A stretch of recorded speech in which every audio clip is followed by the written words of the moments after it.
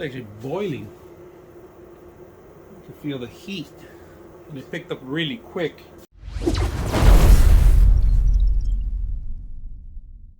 Today we're going to take a look at electrical stovetop, and now this one's a pretty good one because there's a child lock, there's an automatically shut off. We're going to take a look at the actual system. There's a sensor to see how hot it is and to control the actual temperatures. First of all, let's open it up.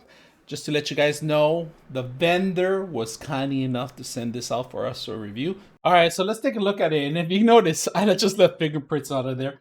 But very simple. It says do not touch. It's gonna, this is part, it's gonna heat up, of course. So we're gonna actually put it to a test. Now, to control the temperatures are pretty simple, up and down, and then you got a timer, and then you got your lock. This is in case somebody turns it on by accident. You actually want to make sure that doesn't happen, especially if you have children in the house. So you could lock this where you have to hit the unlock button and then turn it on. You have to do two different settings, of course.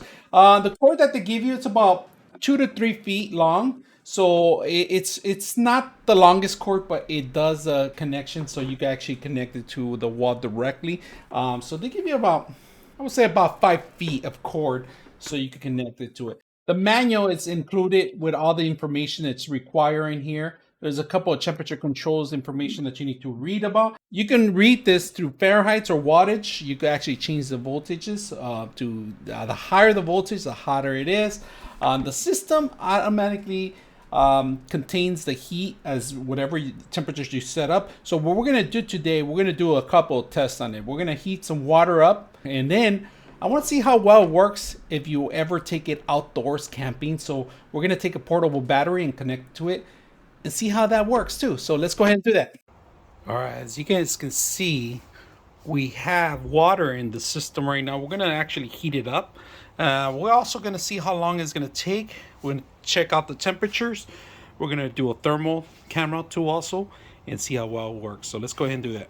So we're going to go ahead and pop this sucker in. So we're going to turn it on, and it's on right now. We're going to keep temperatures high, and we're also going to do a thermal camera at the same time if we can to see how fast it takes to heat up. So I just turned it on right now, and we're going to turn it up. All right, we're cranking it up to see how hot it gets right now. As you can see, this is my hand. I'm going to put it right in front of it. And it's getting, the temperatures are getting a little high, and we're going to move this a little bit more so you guys can see it better. And right now we put at 1200, and you can see it heating up, and the temperature's picking up right now. I see it at 70-80 already, and you can see the hot ring right underneath of it. So we're already at 80,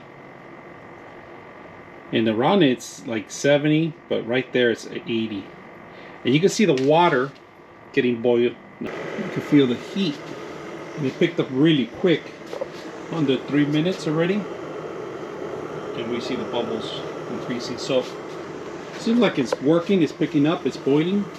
And look at the temperature. So we're going to stop it right now. We just wanted to make sure that to see the heat. So we're going to say off, if you guys can see off, and we're going to completely turn it off. But look how high it got.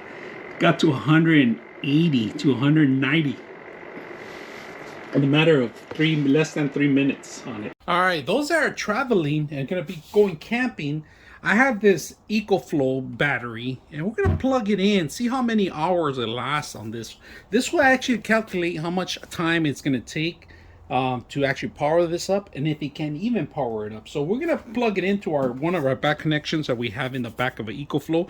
Now this will work, but at certain voltages it's not going to get the full temperature. But we want to see if it actually go full potential and how much time it's going to waste on here. There's no strings attached or anything. We're going to plug it directly to the system itself here in the back, and we're going to turn it on too.